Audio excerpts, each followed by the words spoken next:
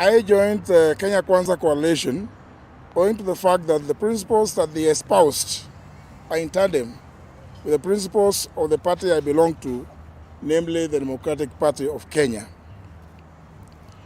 Many friends and political colleagues at the time warned me against joining the coalition, but at a personal level, I was persuaded that would be driven by the ideals and the values that the coalition stated as a hustler nation to do the best for the people of Kenya. One of the things we had accused the past regimes of was the existence of disappearances and extrajudicial killings of Kenyans, and we vowed that we would never, at our watch, condone or allow such. We stated this time and time again in the lead up to the last general election. Today, there has been a number of abductions and in some cases unexplained deaths since the Gen Z revolts of June last year. And it is unfortunate as most of the people being abducted and or killed are our youth, leaving the parents, relatives, and friends, other family members in a state of confusion and loss. I have personally suffered as my son was abducted and disappeared, and I was not sure whether he was alive or dead, making us anxious and leaving me and my wife and the rest of the family in turmoil. It must be remembered that at that time, I was the serving Attorney General of the Republic of Kenya, and as is well known, a member of the National Security Council as comprised under Article 240 of the Constitution. Despite making several requests, I was unable to trace my son, and I made demands to all the levels of the security apparatus of the country. Now, more than 6 months later, after that ordeal and the release of my son by unknown forces, he has not been charged with any offense, and the government at all levels has not been able to give me any explanation or reasons as to his abduction.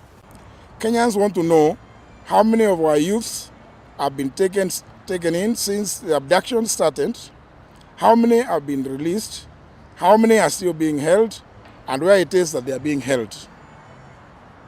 On Friday last week, to wit the 3rd of January, at a funeral in Embu, I stated categorically that it was not possible for the government to say that they did not know anything about the abductions, because that amounts to shunning its responsibility on accountability. That is why I took the issue with a statement made by the Inspector General of Police that he did not know where the abductees are. In my view, the government cannot be excused for abdicating its duty of protecting the lives and property of the people of Kenya. I note that after my statement in Embu on Friday last week, a number of the youths that had been abducted and held in Communicado have been released. But from the reports that we see every day, there are still many that are still being held. The cardinal duty of the state and the government is to protect the lives and livelihood of its citizens, and cannot claim to be unaware of such serious breaches of the rights of Kenyans to live free from wrongful confinement and the violation of their inalienable right to life.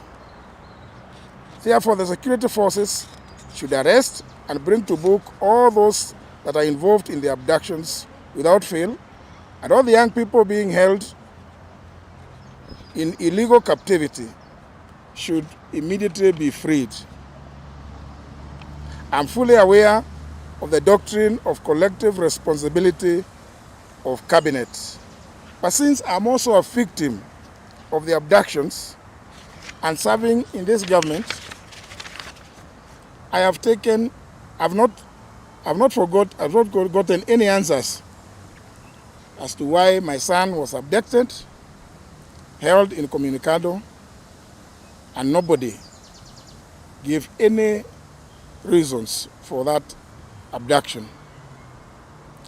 I have taken this unusual step so that the matter of abductions and or extrajudicial activities being committed by whomever can now be honestly and robustly debated in the country with a view to finding a lasting solution to this scourge, which, if left unchecked, has the potential to plunge the country into chaos and anarchy. We cannot live in fear in a democratic country. Let Kenyans be. Thank you, ladies and gentlemen.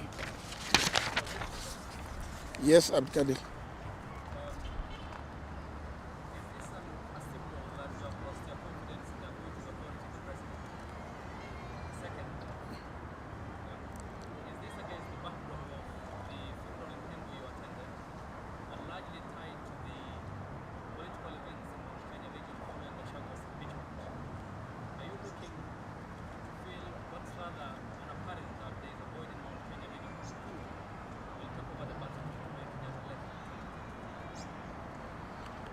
As my statement clearly shows, Abduction, I am concerned about the issues surrounding the abductions of Kenyans from all walks of life. Which is happening, and nobody can deny that it happens in broad daylight, in full glare of even the media. So for me, it has nothing to do with, it's not political. This statement is not political. It is just to say, please, let us now discuss this issue. We must find a solution. It cannot be that people are not being responded to in an atmosphere where they are discussing the problems. We must find what the problems is and try to come up with solutions democratically, openly, without any fear of intimidation.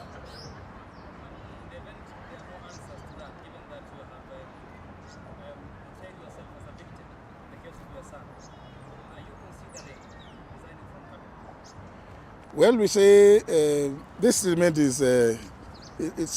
sufficient in what it is saying. As to what happens thereafter, I think we cross the Rubicon when we get there.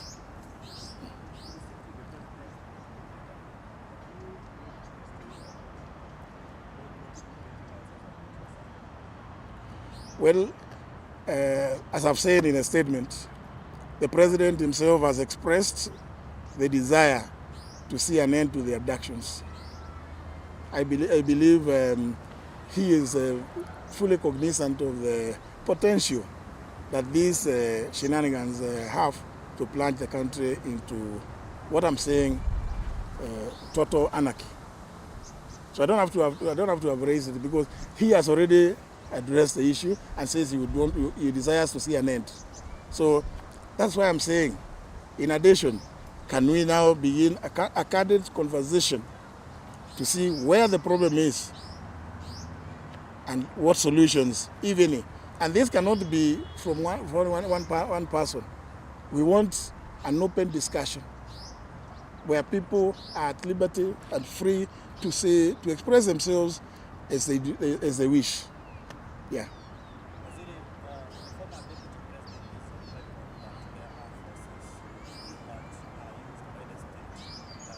Yeah? There are forces directed by the state to abduct Kenyans. Are you aware of this? I'm not aware. I'm not aware of any forces that have been formed to abduct Kenyans, because that would be an illegality. And government cannot be the one abducting its people. it is for that reason that I think we need to discuss it openly. Yeah.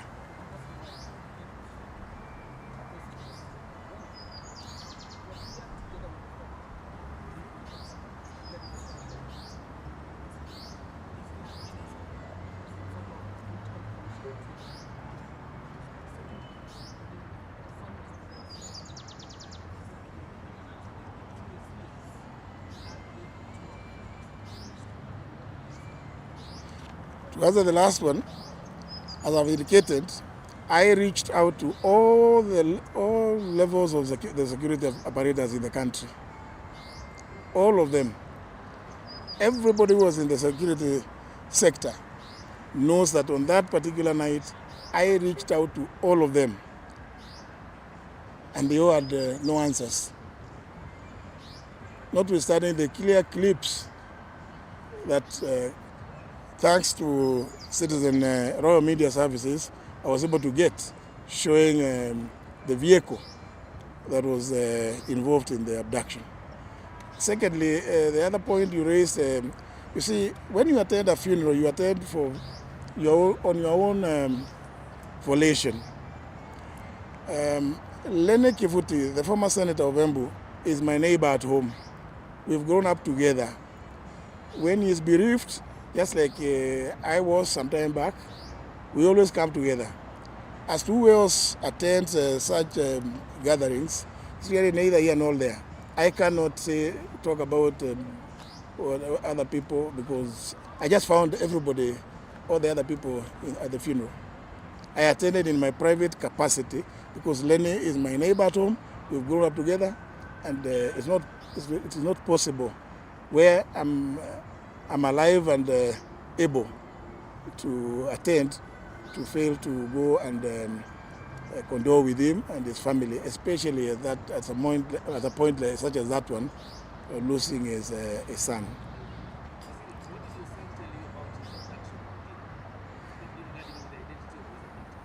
That perhaps may not be the subject of this particular debate, but I believe if what I'm calling for is allowed, he will be one of the first people to go and explain the kind of questions that he was being asked by his abductors.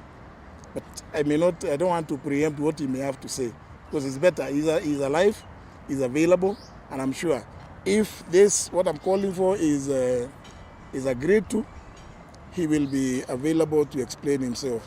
And Kenyans will know for themselves what it is that is happening.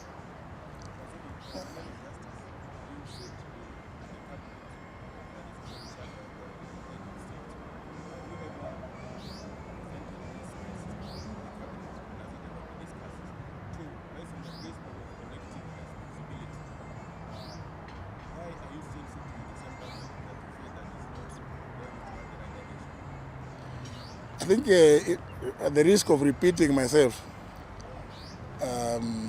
the president himself has expressed about his desire to see an end to abductions and any extrajudicial activities. I think that was loud and clear, and I'm sure every Kenyan welcomed that statement. If the president has spoken about it himself, his desire to see an end to abductions, is there anything else that is left to go and discuss at any other forum? 2, I have indicated in this statement that I am taking this unusual step because I feel it is, I am also a victim.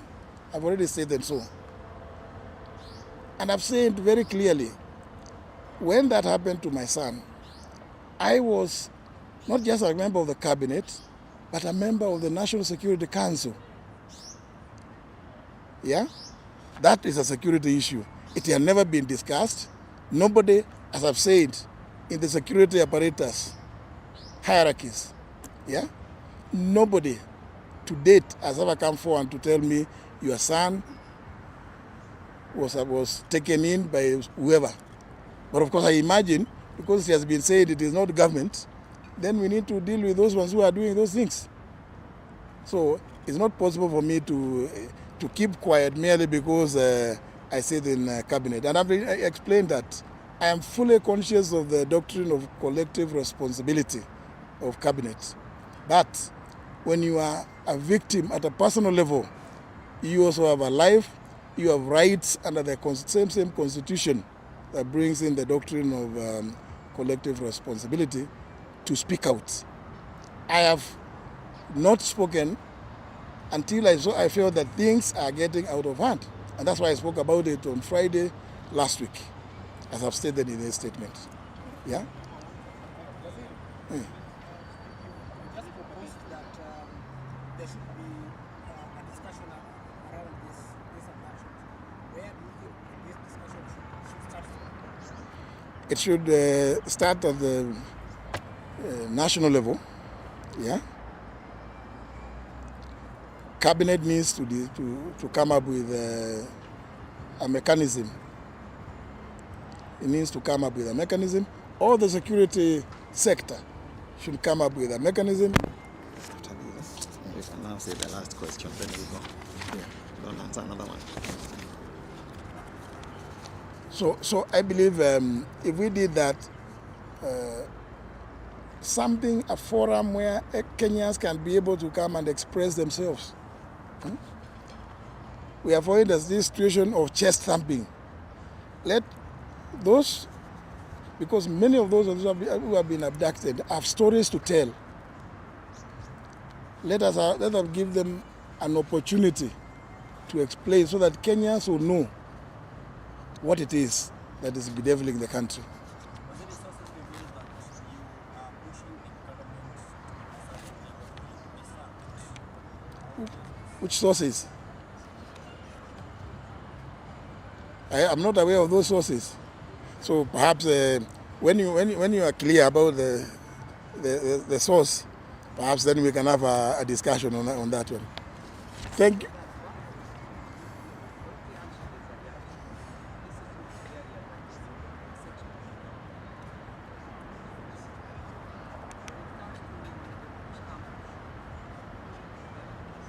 There? when push comes to shove, are you ready to bear the cross? Maybe some will see this as you pushing for I have not, first of all, it's wrong to say that I've attacked a section of government. I have not attacked any section of government. I am saying government as a whole needs to address this issue. That's not an attack. I am merely proposing government, please come up with a mechanism of discussing this matter with a view to finding a lasting solution so that we can then be taken for the commitments that we gave to the people of Kenya that at our watch, nothing like extrajudicial killings, extrajudicial activities will happen. Yes, that's what I'm calling for. We live by what we preached. Yes. Thank you very much. There's from the lady, yes?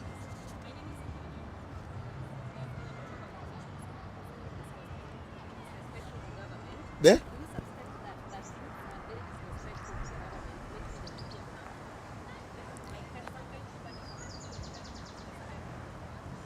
Yeah, I don't know who is making these allegations, but the youth are part of the Kenyan society.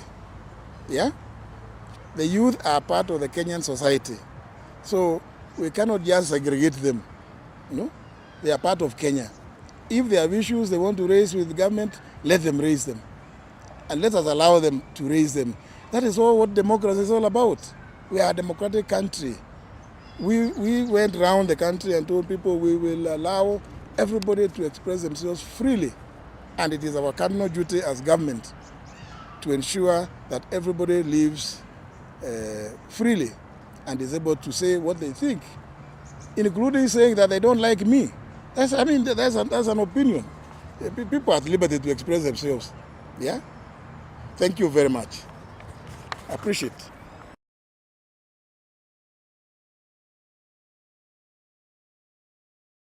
Vitu zote hao wenye wamekuja hapo wamekuja kupora vitu zetu. Mimi sina mahali na sina pesa ya kuchukua nyumba. Thank you.